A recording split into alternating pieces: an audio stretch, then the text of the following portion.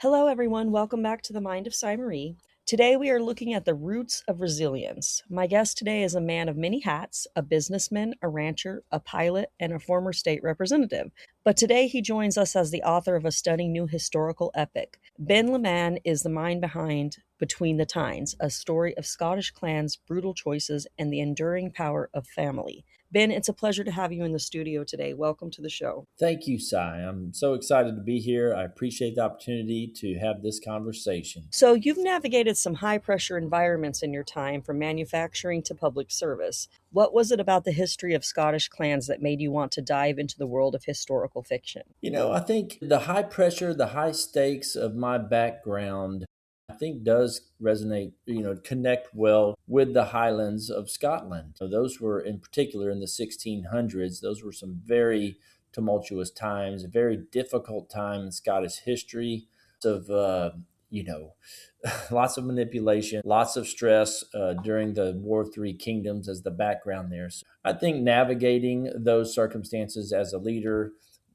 in the manufacturing sector and the political world, definitely connects me to the feelings that they would have had at the time, the high pressure, the high stakes feelings. Between the Tynes centers on the Clan Lamont and their struggle against the ambitious Clan Campbell. Why do you think these ancient conflicts still resonate with us so deeply today? I think people long for a sense of that loyalty today. I think, the idea of belonging to a group, a culture, a broader community that has an identity is something that is fleeing from our society, right? With this age, the technology in many ways it's been wonderful, but a lot of times it comes with some repercussions. And although we've been able to spread our roots to much farther than before by maintaining contact with people all over the world, just like we're doing today, it comes at a cost in that it's at the sacrifice of those historically that were closest to you in proximity and where your roots went much deeper. So the idea of loyalty, I think, is something that people are missing in their lives today.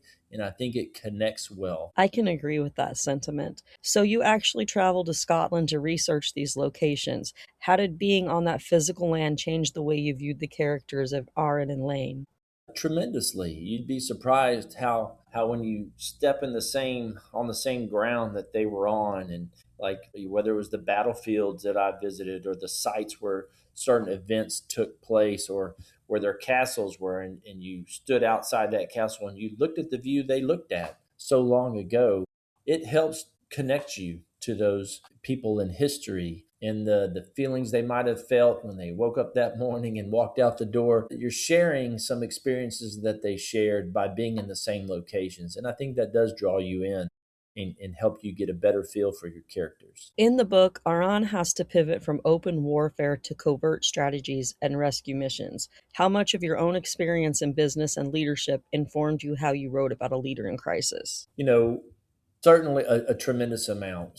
In the business world, I wasn't just part of a big business. It was a business I started in a garage, grew it to over 100 employees. I traveled all over the world for it.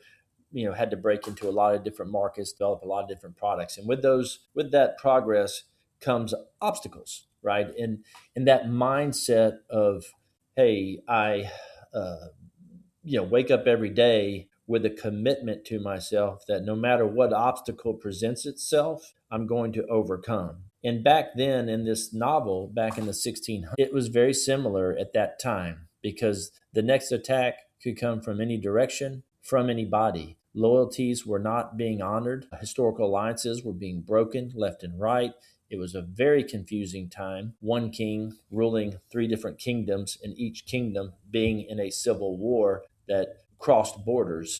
And so people were, shifting in their allegiances and changing in their loyalties. And so it was a very difficult time, high stress, but the leader had to continue to wake up every day and say, we're going to have a plan that moves us forward. In the book, you place a lot of emphasis on the women of the clan, the stability and spiritual strength they provided. In a story forged in blood, why was their perspective the cornerstone for you? What it starts off with what people see today in entertainment industry just across the spectrum, whether it's male or female. It's often, the heroes come with superpowers, unrealistic things or attributes, unrealistic attributes or qualities that allow them to overcome obstacles. And I think there's a gap there in connecting with the audience because it's not inspiring. It's not inspiring because it's not realistic. Inspiration is about leading others to do something. I'm inspired to do something, get up and go do something.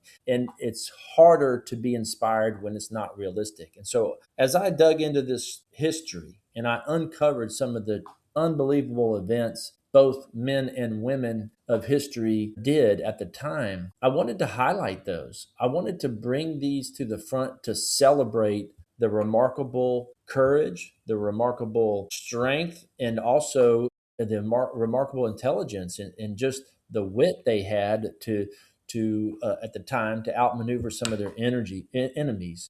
And in particular, the women, I felt it in history, women are under celebrated because so much of it is dedicated to the battlefield, which is where physical strength dominates.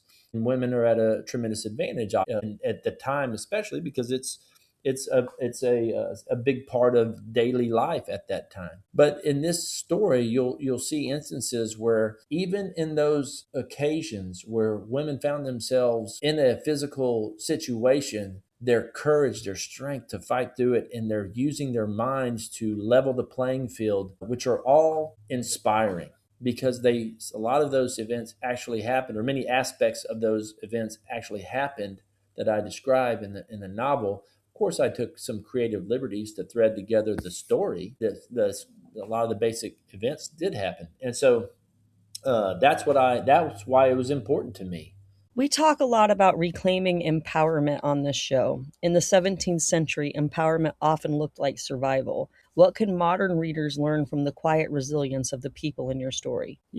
True happiness, true just life in general back then was about the basics in life, right? We take for granted so much today about how we get the food on our table or how we get from point A to point B or how we, in this day and age, meet people, for instance. And so I think boiling it down to the simple things in life for relive history helps people connect with not only with people in history, but it reminds them about what's important in life. It's not the influencer, it's not having a million friends on social media and all of that.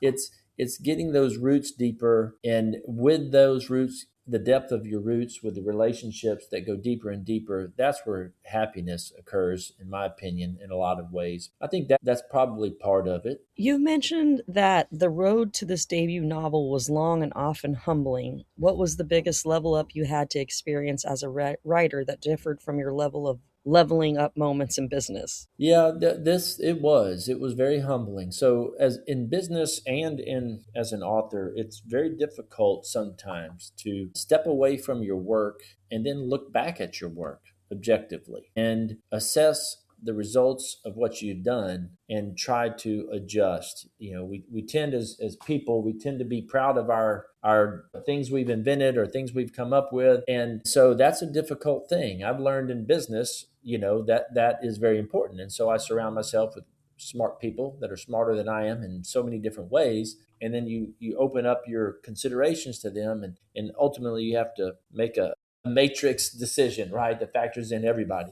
But in the writing world, the biggest challenge it was different than the business world was when I began writing this story. It started out with one objective, but it morphed into deeper and deeper themes and deeper relationships and a deeper, broader story that I wanted to tell, which required different personalities. So I had to match the tone of the themes I'm trying to get across. And what I mean by that is, let's say if you had something a little more serious in tone, but your book was super light on humor and, just not very deep in the emotional side, well, you're going to lose the effectiveness of getting some of your message across. So as my began to uncover different aspects and I realized there were other components to this broader event that I wanted to include and convey to the reader, I had to back up and rewrite. And so not only one time, but two times before I felt I hit a home run, before I felt I got my best foot forward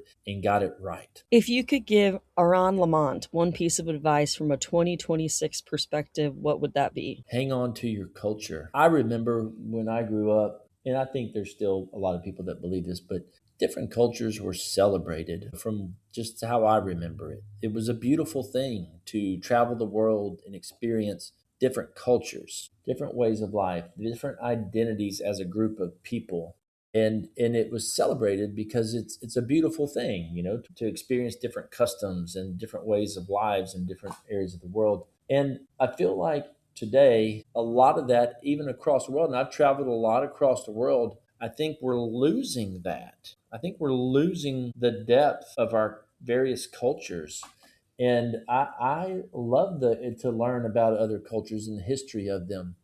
Do we need to, does that mean we need to have all the friction that we have so much of today? No, I feel like that is an important part of life, of getting joy out of life. And when you experience other cultures, I just feel it's beautiful and a wonderful thing. And I feel we're losing it. So I'd recommend that he hang on to the cultures, the various aspects of his culture that made them a Scottish Highland people. I love that. That's a beautiful message. So the book ends with a choice between staying in a war or finding a new beginning across the ocean. As a fourth generation Texan, do you see this book as a prequel to the American spirit of starting over? You know, uh, this part of the theme that I kept getting deeper and deeper and deeper. And what I settled on was the one question I wanted to answer for people in this series. I mean, this is not a series. I'm sorry, this trilogy, and this is book one of a trilogy. And if I liken it to, if the individuals that participated in the American Revolution were the seeds that sprouted for freedom, their ancestors that came over before them, they were the fertile soil. And what was it that was going on in their lives that was such a struggle in their old world country, right, in their homeland, that they were willing to leave it all behind and start over anew? And I believe that story really unites Americans in particular, because the vast majority of Americans, Native Americans aside, the vast majority of Americans have old world roots, right? We all have ancestors, no matter what country they came from. They came from some country over here, and there's a story there. There's an exciting story. What they were either looking for more opportunity, fleeing something, or maybe getting away from an oppressive government or a lack of opportunity in an economy. Whatever the story is, it's something similar in nature, that they were looking for a better way to live. A lot of times, not everybody, obviously, there's tremendous exceptions to that, but everybody had some sort of struggle they were trying to get away from, or force them to come over. However, there was a struggle involved. And so eventually we evolved as a country to where we are today, which is, I think everybody can agree, we enjoy more freedoms and opportunity today than we did in the 1600s as a world, as a people, just human beings. And that's a good thing. That's a good thing worth celebrating. But there's a story there, and this is just one slice of bread. One slice of bread that I think, out of a loaf of stories, right? Everybody, whether it's Germany or France or other countries from around the world, people came over at different times throughout the history of America. And I love that story. And that's what I'm trying to do is have those threads, combine and unite and bring people together through celebrating some of that history. That's definitely the tapestry of the history of America. So I can see why it's important that that message is conveyed. And as you said, this is book one of the Forged in Blood series. What can readers expect as the Lamont family continues to navigate these war torn regions? So it's a big story, and it doesn't end in book one. I think book one lays a good foundation, a good framework for the rest of the story. The story continues. It picks up where book one left off, literally, and started writing book two. And you can expect there to be similar but different, similar concepts of the reality of life back then at the time, tremendous challenges, and people driven that were trying to figure out a path forward wherever they ended up. They were trying to figure out a path forward, and lots of people made decisions in different directions. And we're going to see how those directions end up. in many different instances. And we're going to see how they made those decisions and what they had to do to overcome those obstacles to get to those results. So it's going to be an equally exciting, engaging novel. It will be fast paced as well, but deep. So, what's next for you? Are you already deep into the sequel, or are there other historical eras that you're itching to explore? I am deep into the research of the sequel. I have started my outline and written a few chapters while the end of book of the trilogy of I'm sorry, the end of the first book was fresh. Everything's fresh in my mind. I wanted to kind of get my draft transition to the direction I wanted to head with book two in place. So I've written a lot of that. And then I've been working on the research, making sure I'm pulling in new characters that are important, elevating maybe some characters that the readers will be familiar with from book one, and outlining the story that also just continues to highlight this amazing historical event that occurred, but the importance of it, and demonstrate kind of this beginning, the precursor to the American Revolution. So it's a gripping story for sure. Finally, if your book were a bridge between the past and present, what is the one thing you hope people take with them across that bridge? I hope people take with them the ability to share this just in an effective way, the struggles they had to go through to get to where we are today. So much of that has been lost, in my view. Being so busy today, and through no fault of anybody in particular, it's just the way life is today. It is so fast paced, and it changes focus so quick. 5 seconds here, 10 seconds there, quick video here. The ability for people to sit and dwell on a topic, and consider it, contemplate it, discuss it thoroughly is an art form that's lost a lot here in today's world. And I think if somebody could bring that forward and continue to push it out from the old world into today's world, I think it does a lot to do things, just bring down the temperature in this world. I think maybe people don't get out of their cars because somebody honked on them and have a temper tantrum. Things like that. I think there's just big stories out there and a lot to learn and empathize with the struggles of people all across this world. I wish people would focus on that more. I hear that message. So, I just want to thank you for sharing your heritage and your craft with me today. It's been an incredible journey through time, and this sounds like it's a very interesting book. Well, thank you so much.